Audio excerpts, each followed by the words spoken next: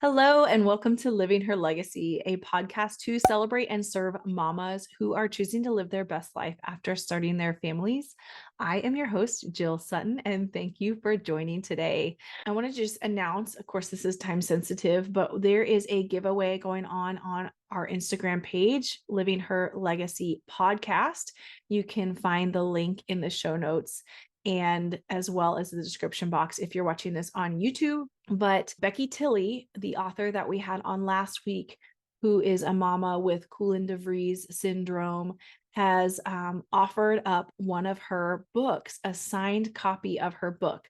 So all you have to do is head over to Instagram, follow us both, like the post, and you could be entered into the giveaway. So that giveaway will end Sunday night, July 23rd at midnight Eastern Standard Time, and we'll be announcing the winners Monday, July 24th in Instagram stories. So definitely stay tuned. This offer is also open worldwide. Today on the podcast, we have Anne Blonde. She is a Tantra life coach. When you hear the word Tantra, you think of lots of other things, but really taking time for yourself and caring for yourself and putting yourself first is a voice and mission of this podcast. And a lot of times that comes in different ways for many different people. And I want to be someone who can highlight all the different ways.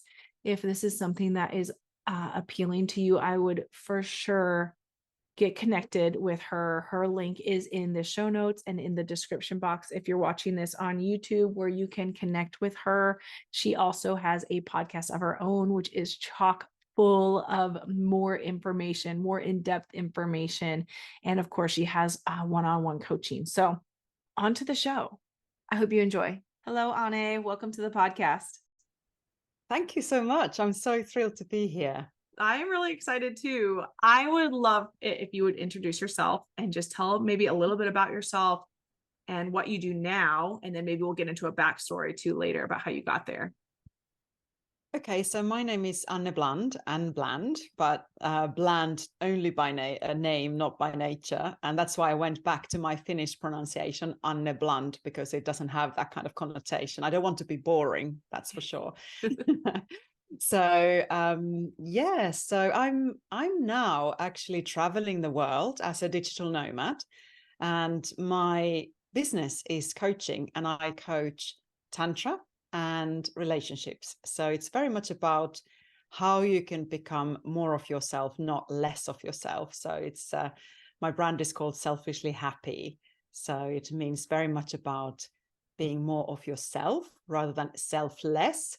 And that's a kind of a play of words, if you like, because I don't believe that we should be less of ourselves.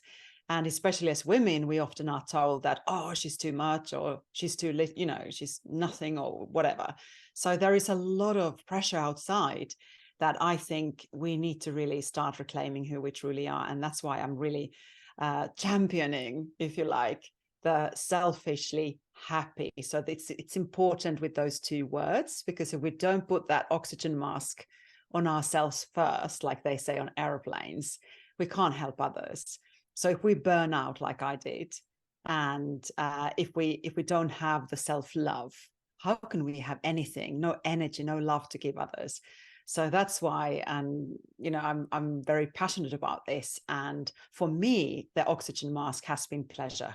So I really reclaimed my own pleasure.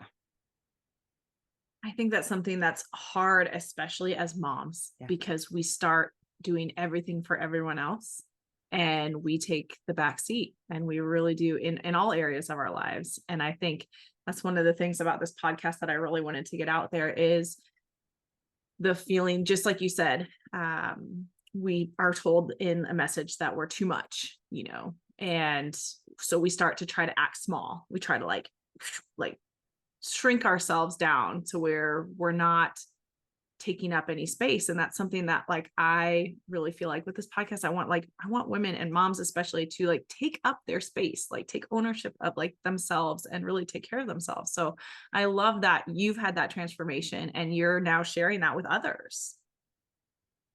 I want to celebrate you because your message is actually so heartfelt and it's so important. I've been there as a mum. I've got 3 kids, and last year they all became adults. So I thought this is my time to go traveling. And obviously after COVID lockdowns in the UK, it was just really draconian. And I thought this is my window of opportunity before the next generation of little ones come. Yeah. And but I must say, I suppose when I had my children, I kind of had that attitude that this is my time to really spend with them and put Mhm. myself consciously at the back seat. And Mhm.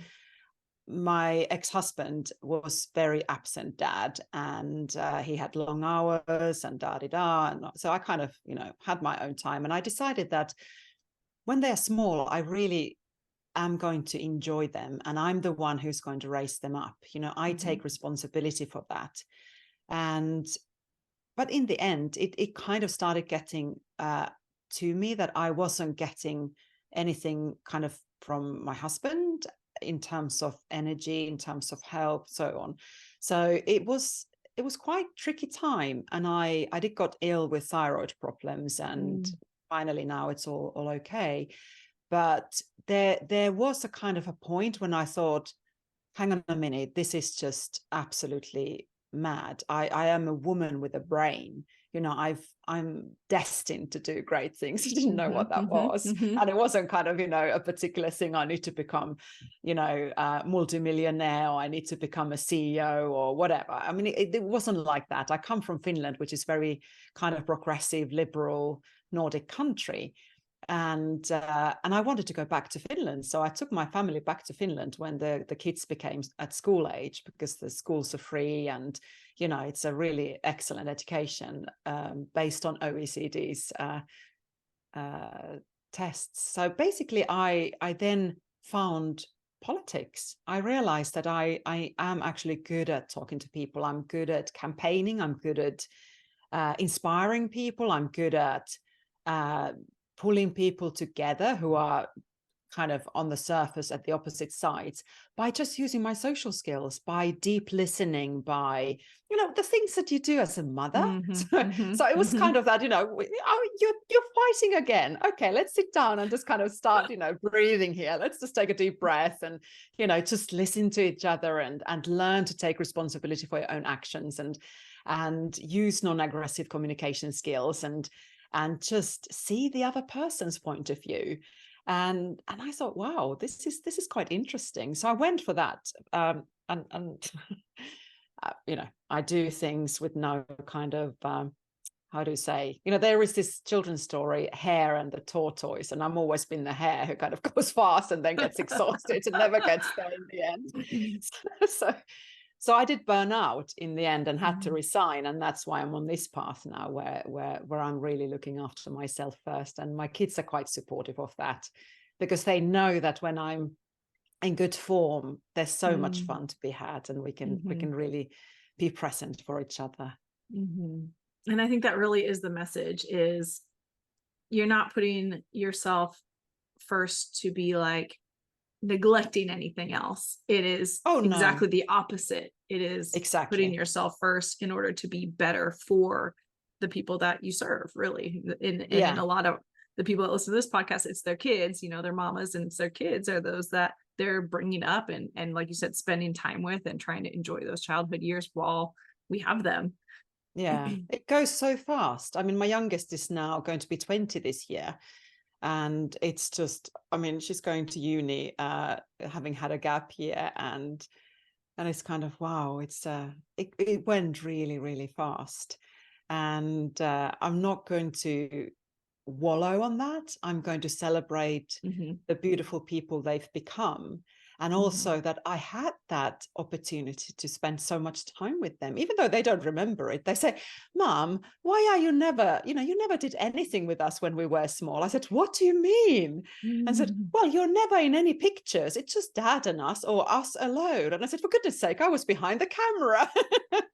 But it's that kind of, how invisible can I become? And I thought, gosh, that's really scary. Mhm. And, really making the effort of also taking your own self-worth, put yourself in those pictures, be there with them, and just have that kind of evidence that we've had fun, we've had hard time, but we've always, stuck together. And Mhm. I think that's really a big learning curve for me, when I kind of felt at one point that I was the martyr. I gave everything and I sacrificed everything that I had Mhm. for Mhm. them.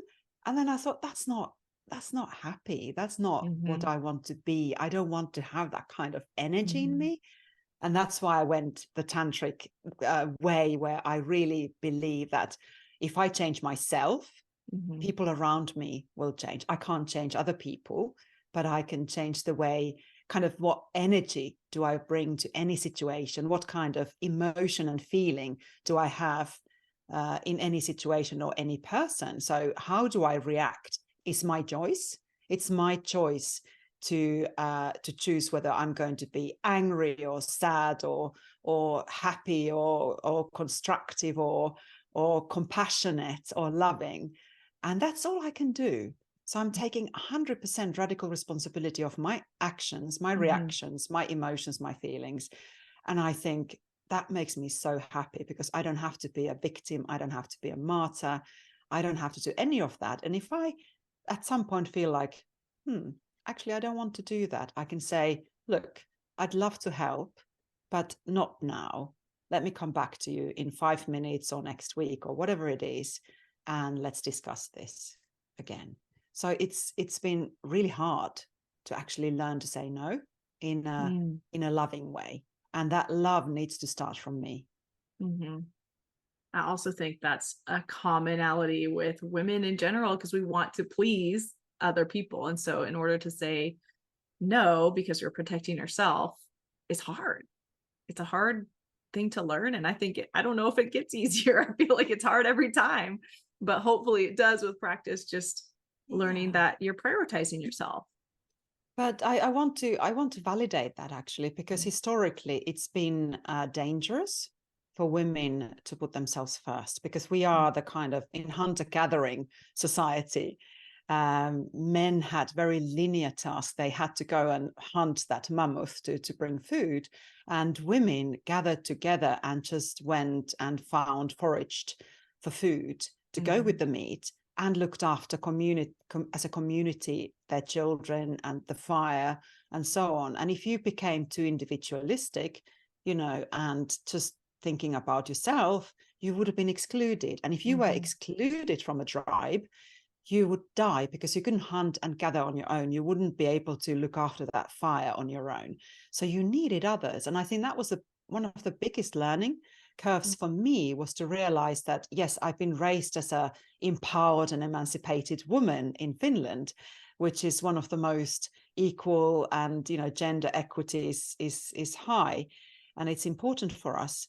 And I all of a sudden realized that, yeah, I can be very much, navel gazing and looking after myself, but am I truly happy? Yeah, I can survive, but I don't thrive. I Mhm. don't thrive without other people. And that's why we need to have like-minded people, to get inspiration from podcasts like such as yours, and, to really be mindful about it, be aware that, yes, where's my tribe now? Who am I going to Mhm. have fun? Who am I going to do this task of raising up my kids? Where is the village to raise the kid up? Where do I find these people who are like-minded, and I can have fun by doing, whilst I'm doing this really important caring task of raising a new generation. It's important. Yeah. It's interesting that we still use the word tribe. Like, who's your tribe? It's kind of like a Yeah. slang term, but it really, I mean, it goes back to Yeah. that's what you had. That was your family, that was your friends, that was your community. Yeah, and Mhm. and and I suppose now that after industrialization, we've kind of gone and lived in small, especially in Europe, in small flats and so on, in cities, and that's how you live, and the village has disappeared. There isn't any Mhm. more anyone else who's going to take responsibility for raising your kids up and having a similar sort of value base, and saying, actually, no, you can't do that, and this is, let me show how we do this, and blah blah blah. So it's that kind of communal action that I missed. And Mhm. when I lived in England, it was very different, because there's more, housewives, not necessarily house husbands anymore. There were few then, but it was mainly mums who stayed at home and looked after the children, because there's no public nursery like we have in Nordic countries. So putting my children into nursery would have cost me, a month's salary. And then you kind of start thinking, actually, do I want to go and work for somebody else? And then somebody else raises my kids up? No way. So it was my choice to do that. But still, after that 6 years, when they became school age, we started school in Finland when we were 7. So I came back to Finland and decided that this is my time. While they're at school, I can start doing something. And one thing led to another. And I became a leader in the Green Party. And it was good fun. Good fun. We have that same issue here as far as daycare costs are. It's something that a lot of families have to look into. Is it worth working a full-time job and having all my money go to daycare for someone else to raise my kids, or someone stay home and watch the kids? So it's tough. It's a tough situation. There's not, I mean, I'm actually quite I can just feel my old politician self rising up, because we just managed to get a obligatory paternity leave through as a party in Finland just last year. I'm not in the politics. I haven't been for 7 years, but I still follow. And we were in the government. The Green Party was in the coalition government. So one of the things was that there is now a 6-month slot that is for dads only, and it's paid paternity leave. And 6 months for mothers, and I think there is, if I don't remember wrong, there's 6 months parental leave that can be done either or maybe grandparents or whatever. And then you can get extra support if you want to stay home until the child is 3 years old. So the society really supports that, because it was seen in the 70s that it's structural misogyny. It's structural if women have to stay at home to look after the children because they have no childcare. So you have the choice whether to stay at home and look after your children, or you can put them to nursery. And I believe at the moment it's progressive based on your salary, your joint salary. I think the maximum you pay per month for a child in full-time nursery is about $300. And it's subsidized by the tax money. So yeah, we do pay a lot of taxes in Finland. Yeah. Yeah. It's sad over here what we get for leave, and it's a lot of it is company based. Like, it depends on who you work for, what you're going to get. But for most of us moms, it's 12 weeks of leave after having a baby. So wow, that's it. Wow, yeah. wow. And I mean, I still would like to say that it's worth to be with your child. It's still such a blessing. And I know so many people who haven't been able to get children, or they have to put their child into nursery or with a nanny or pair when they're just a few months old. And it's a choice. And I, it's, as you said, it's not easy to balance, what are your needs and what are your child's needs. But I think if you can I was very proud of myself, actually, having this idea. Oh, I'm choosing my children for 6 years now, and I'm going to, give my full attention to them, because that's so important those first years. And then it's my time. And the same now that I've gone traveling full time, it's, yes, now they're adults. They don't even remember to call me. They're so excited about their uni lives and their boyfriends and girlfriends. Yeah. Having the festival summer coming up and all that. So I'm it's fine. It's fine. They're good. Every now and then if they call me, I'm just so happy. But I'm not going to hover over their heads. They're not my identity. And my identity is elsewhere. And I'm still a mum. That's one of my identities. But I'm still a really, it's interesting. Yeah. Who am I? I'm a selfishly happy woman. Right. Yeah. So let's get into that. So let's talk about, if you could give us kind of just like a basic rundown of what you do or how you came into this? Well, as I said, for me, what I realized was that when I burned out, there was a lot of healing and there was a lot of it's hard work to heal from a burnout. And then I had a cycling accident. So I had a concussion. So I had PTSD, post-traumatic stress disorder, because of the accident. So rather drastic. And it was all very hard. And then I started to think, well, what am I missing? There must be something else. This healing bit is just really, really hard. And then I thought, I don't have any pleasure in my life. And I started to be depressed and become depressed and all that. And I thought, no, I'm not having that. I'm not going down the medication route. I need energy. I need pleasure. I need happiness. I need peace. I need that calmness. And I don't know, most probably it was some social media ad that threw some tantric course on my way, and I took it. And it was all about reclaiming your own sexual pleasure as a woman. And I thought, wow, this is it. I've never even thought that I could just do self-pleasure practice, for instance, on a regular basis without a man. And yeah, you can self-pleasure, every now and then, but it wasn't it's a process, it's a practice, it's something that is good for you.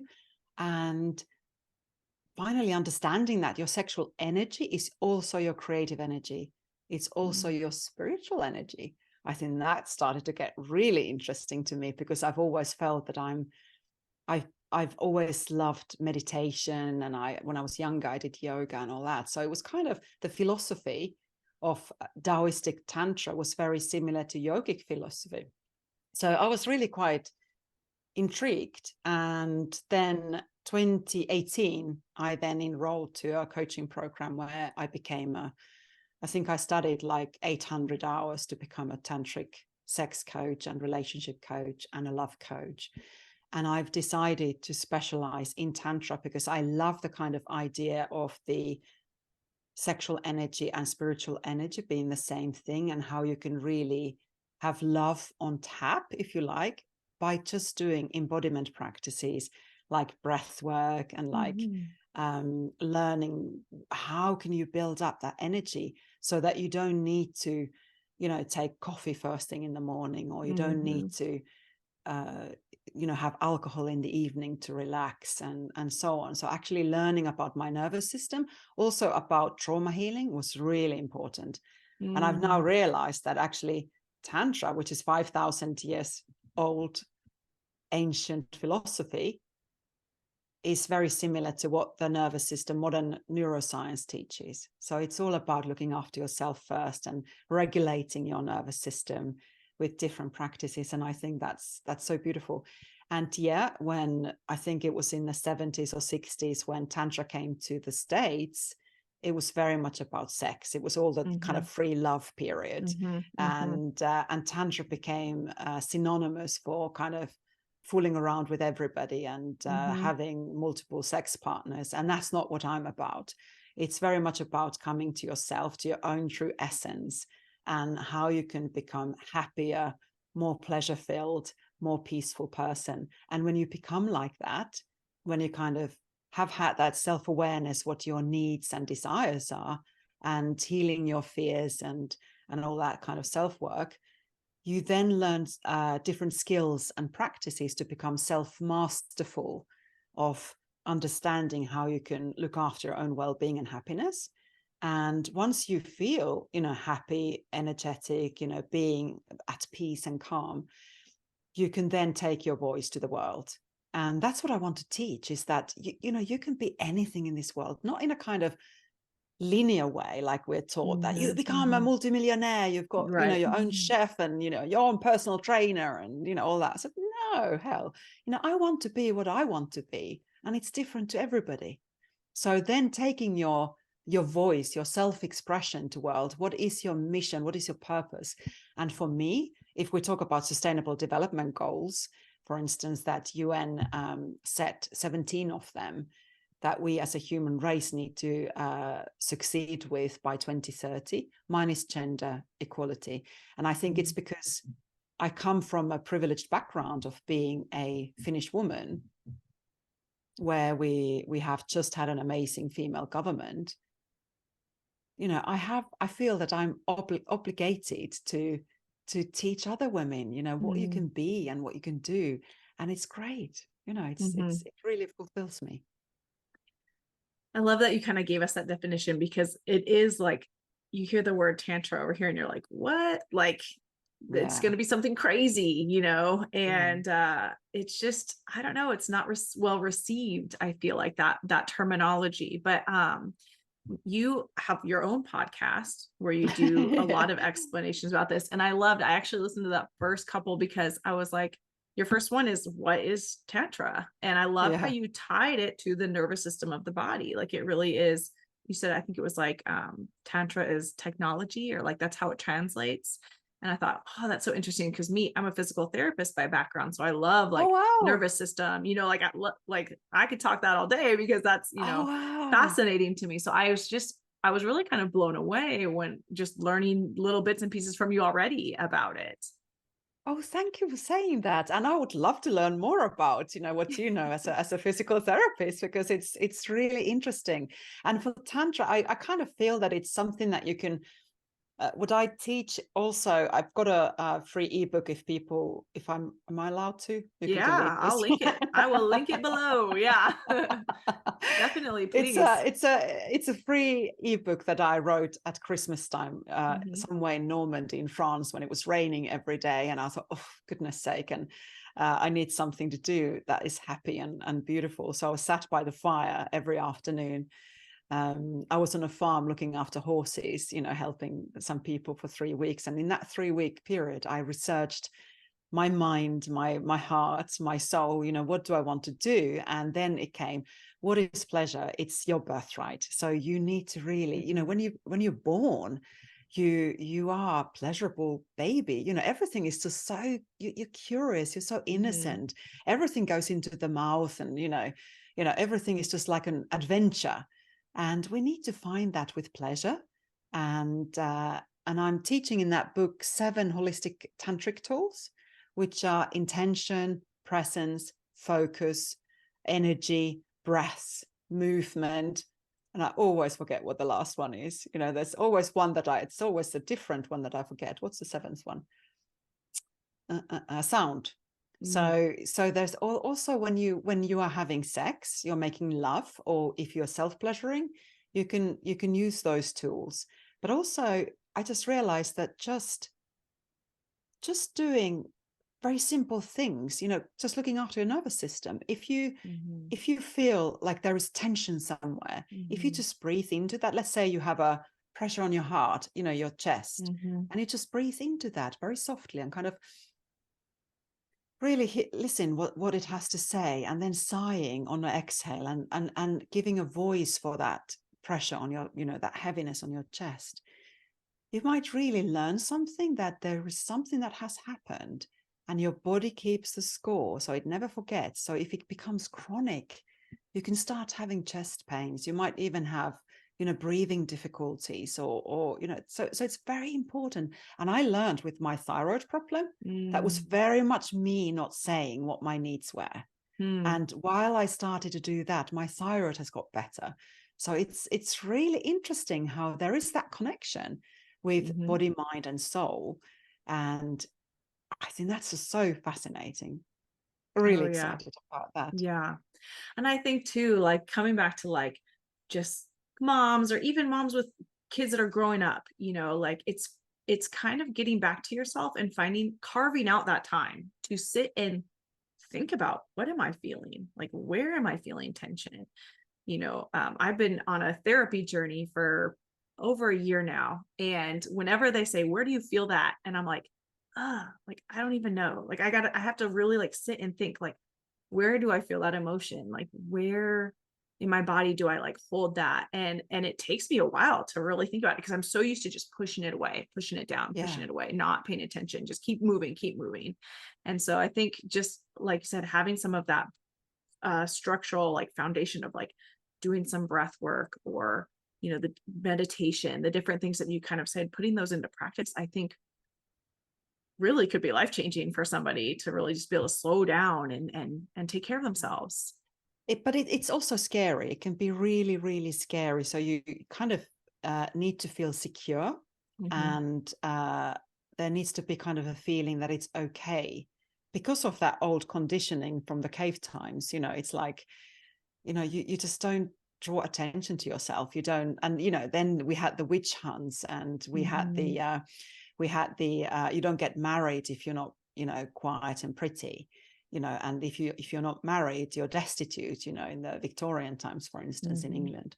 So it's really, it's quite toxic in so many ways, and it requires so much courage to actually start putting yourself first. And the most important thing is to feel safe, that it's okay, that you are secure and you're safe. It lives in your body because of your ancestral stuff as well. But now it's safe. Now it's okay. You're not going to be deserted. You're not going to be killed. You're not going to be burned on a stake. It's just right. that kind of, the first step is always most scary. But once you start doing it, it becomes easier and easier. And then after a while, it kind of, in terms of trauma healing and in terms of how nervous system works, when we get into fight and flight, if that doesn't work, we then have the two more chronic conditions of the 4 Fs, which is freeze, when you paralyze and you're numb, you just can't take action, or you start fawning, where you just please everybody all the time and you neglect your own needs. And that is a very chronic stress response that often women resort to. So they become hypervigilant because they can't self-regulate back into the normal, social secure level of interaction. So it's so fascinating, as we've said before, how these two things link, the modern and the ancient. And by doing these practices, it is definitely life-changing. It changed my life. And my client, I have private coaching clients as well, and it has changed so many people's lives. And often they might come because they hear, Tantra, oh, it's all about sex. So yes, I want to, work with my premature ejaculation, or I've never had an orgasm with a man, or whatever it is. And then they realize that actually it was so much deeper. There's so much healing that needs to happen. And eventually, yes, of course, the initial issue will be often solved as well, because we are such a complex system of emotions, our limbic system, our primitive fears and desires of the reptilian brain, or the primal brain, and then obviously the cortex, how we get the conditioning and the thoughts and the thinking, the critical mind, the ego part of things. So it's a complex system that we have. But if we know the inner technology, like Tantra, for instance, it becomes much more fun. I don't think we need to be having so much suffering and pain when we heal. It's important to understand, but we don't need to be re-traumatized. We don't need to open up old wounds. We don't need to go back into the stories. Because if we work through our bodies, that's the key. Your body doesn't lie. If you can talk from that pain in your chest, or that pressure from your chest, if you can actually express from there, you're speaking your truth at that moment. And that can open up so much more wisdom and understanding and compassion and self-love that is beyond, I've had therapy as well, but sometimes I feel that there comes a point where therapy can't go further. It can't go to the future. And I suppose, my therapist friends say that maybe that's the point when coaching needs to start, because coaching is more about now, and where do you want to go and how can we get you there? So it's that kind of, seesaw point, or the kind of turning point, I think. I agree with you. I've had a couple of coaches on before, and I really feel like that is like a good transition point, because there are things that you kind of need to maybe uncover or remember or discover about yourselves to kind of maybe start that trauma healing process. But then, there comes a point where it's like, okay, we've talked about it enough. Like, now where to. And I think, yeah, that's where a lot of these life coaches and can really like step in and help guide those next steps. I think that would be like Yeah. a beautiful like transition. Yeah, and also I'm for instance, I'm not a therapist. I can't call myself a Mhm. therapist. I have like 17 years of experience holding space on one-to-one. But it's something that if somebody has an acute trauma, for instance, if it's not integrated yet, I don't feel confident of dealing with that. And I would always refer to a therapist then, Mhm, mhm, because I think that's it always has to come from where the needs are of the mm, person. But also in Tantra, what I've realized, it's one thing that it's different to yoga, for instance, is that yoga, when you learn yoga, you need to do the asanas, the movements, the postures for a long time to really master them. mm, In Tantra, because we're talking about consciousness, it can happen like that. So the mm, transformation can happen very quickly because it's often just about, oh, it's like a flash in the moment that you realize something, what's been holding you back. And then if you learn processes that can consolidate that and take it into a sustainable transformation, it then sustains. But so often people say, oh, how long does it take? I said, well, I could do 3 months or 6 months coaching program, but actually, we don't know. It might be yeah. that you need just 3, or sometimes people have come for something and it's just one session. I said, yeah, this is it. But it's really that kind of process, depending on how sustainable it feels and how, Mm, if it, because then it's like peeling onion, there's a one mhm, layer and then there's mhm, something else coming up and something else coming up. And I kind of invite people for an adventure. It's like, let's get curious, what's in mhm, there.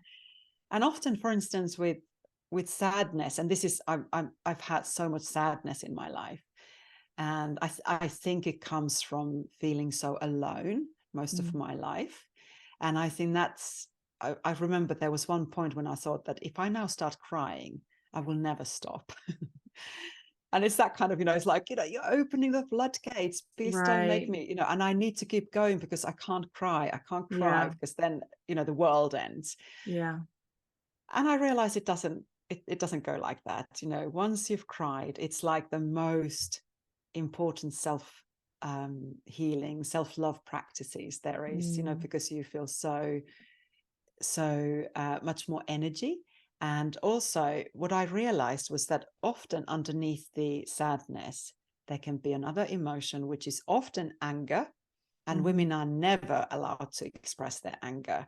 And if you mhm, can do that through breath work or within a safe setting where somebody's holding space and you can really let that anger go, it releases so much energy, so much mm, energy. And then what's often underneath that anger, when that's been expressed in a safe way and not hurting obviously mhm, anybody, is love and yeah. joy. And it's so fascinating how there is a hierarchy of emotions as well in our limbic system, Yeah. and how you can just get curious. Oh, I wonder what's underneath this and what's underneath that. Mhm. Because emotions don't kill you, just No. pure emotion never kills you, and you can And I turn it into an energy.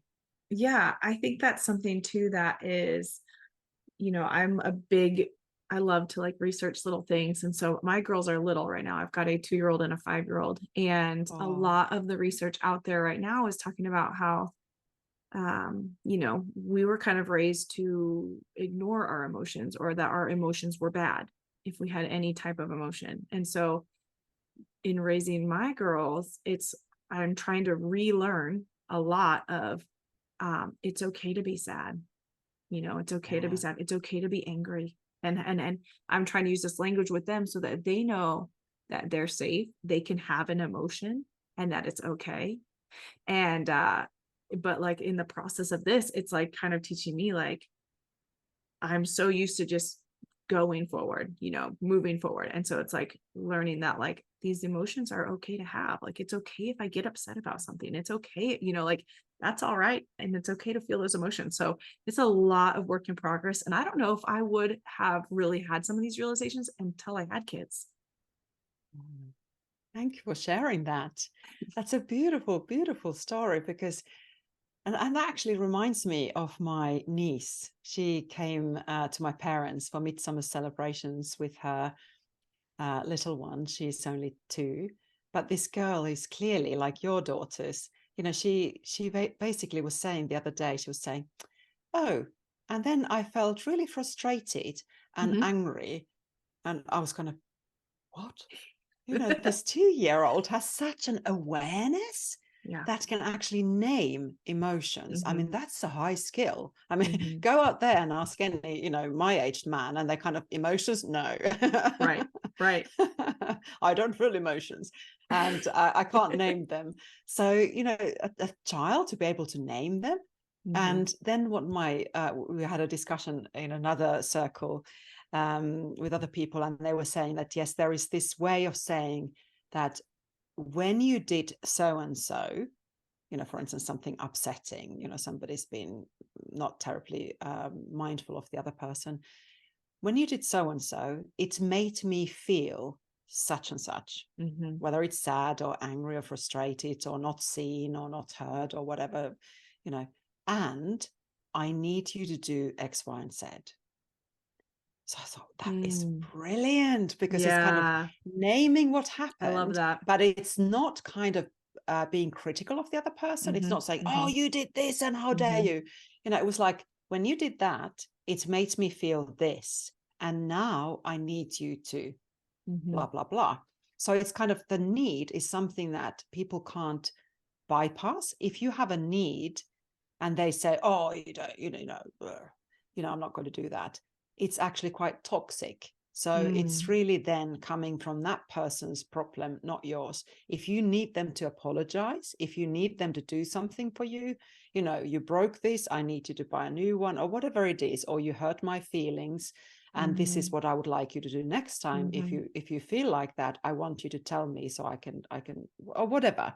So it's just very healthy way of Mhm. communicating, Mhm. isn't it? And having that awareness. It seems so like easy. Like you say it and it's like, yeah, we should all be doing that. But like, how hard is it for some people to voice their needs?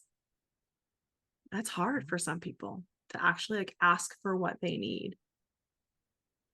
Yeah, and I've been there. I remember when I was in my Mhm. early 20s, and one of my I was studying my modality then, um, and my teacher was saying, "What is it actually that you need, Anne?" Because I was having some Mm. really personal process, and I was just feeling really anxious and even kind of depressed, Mhm. because part of it was we needed to do lots of work on ourselves as well.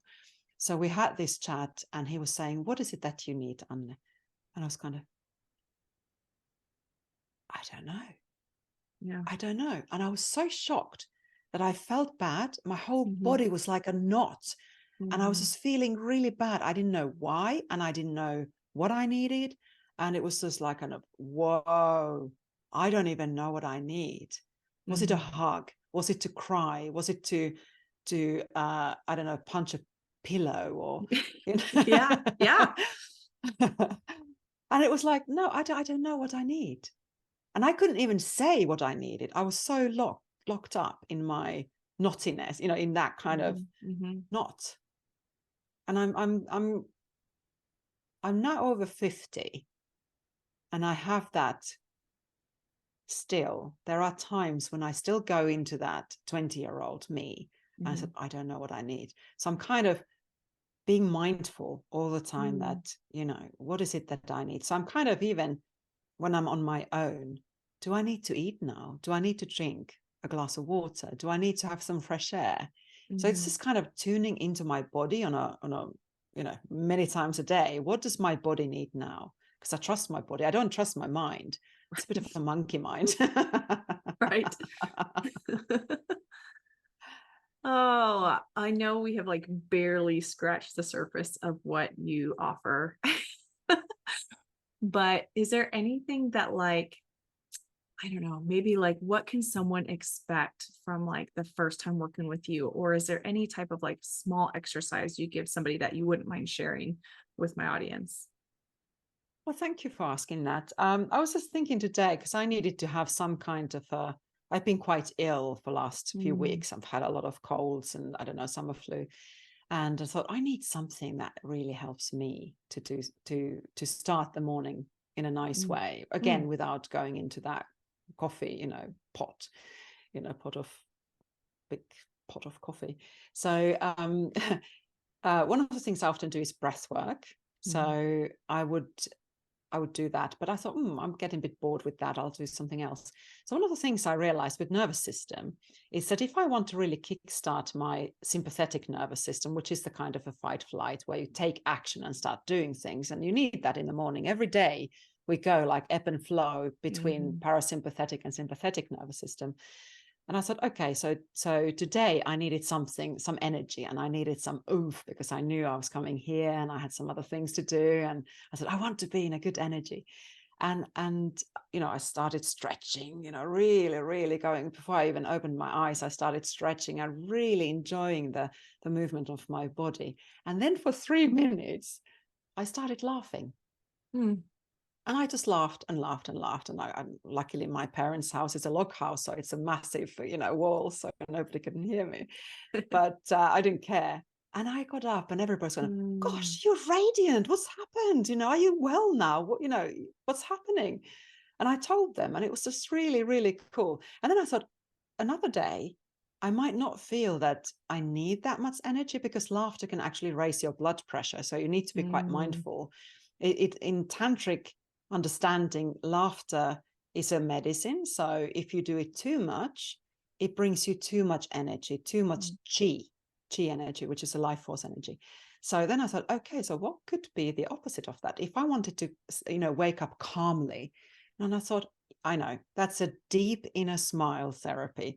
So same mm, way, after I've stretched my body, I would just, before even opening my eyes, I would just tune into my body. And if there's any kind of, creakiness or any kind of, not so, happy place in my body, I would just send an inner smile to it mm, and have that Mona Lisa smile, very kind of mindful, really targeted, and kind of, my solar plexus feels a bit, heavy today. So I'll just send some inner smiles there. And I believe that might then bring more kind of dopamine and oxytocin and that kind of happy hormones, rather mm. than that kind of adrenaline and cortisol that the laughter might The bring laughter you. brought, yeah. Yeah, so I thought that was quite cool. So that could be something that people could try, and it would be lovely to hear if they Yeah. try how it goes. Oh, yeah. Where can people find you? Um, yeah, so my website is selfishlyhappyu.com, and my email is annebland@selfishlyhappyu.com. I am trying to get away from Instagram, but Mhm. I'm there as well, selfishly happy with Anne Bland, because Instagram is actually closing down sex positive and Ah, anything that is to with education, inspiration, and healing of sexual lives is closing. They're closing them down, and it's something I can't really accept. So I don't yeah. know where else I could be found.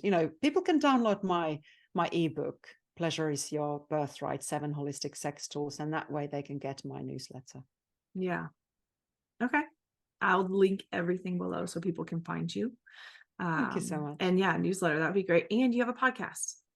Oh, yes. Yeah, of course I have a podcast. Yeah, I did actually. The last one was about tantric kissing. So if anybody's interested in how to kiss and why some people don't like kissing, and it's very understandable, it's hopefully good fun episode, only 20 minutes. It's my podcast is called Tantric Sex for Lovers and Others, and it is very explicit. So I've been Mhm, quite mhm. quite in a polite society here. So Yeah. polite company here. So I haven't been too explicit, but being a Finn and having been raised up in liberal Finland with sauna culture, I'm quite happy to talk about explicit stuff as well. Yeah. I love that. I will link it all below so people can find you. I think honestly, we need more of it. I think especially as women, we need to be able to love ourselves and put ourselves first. So I really Definitely. appreciate you being on today and being honest and open about everything. Thank you so much for having me. Really enjoyed this. And Yeah. congratulations for everything you do. It just sounds amazing. And your Thank beautiful you. daughters. Oh my goodness. Thank you Such an so amazing much. mom you are. Oh, thank you. I appreciate it. Thank you guys so much for joining today. I really enjoyed that conversation with Anna Blonde. It was, I don't know, just a really good time. So hope you guys enjoy this episode. Next week on the podcast, I have Kristen Morrison, who is also a life coach, but more specifically, a business life coach. She really helps business owners. And there's a lot that can be applied to our lives as a mama or a member of a family. They run parallel to running a business, I'm telling you. So there's a lot of insights that we can glean from her next week. So stay tuned. Make sure you follow the show, subscribe on YouTube, and be well.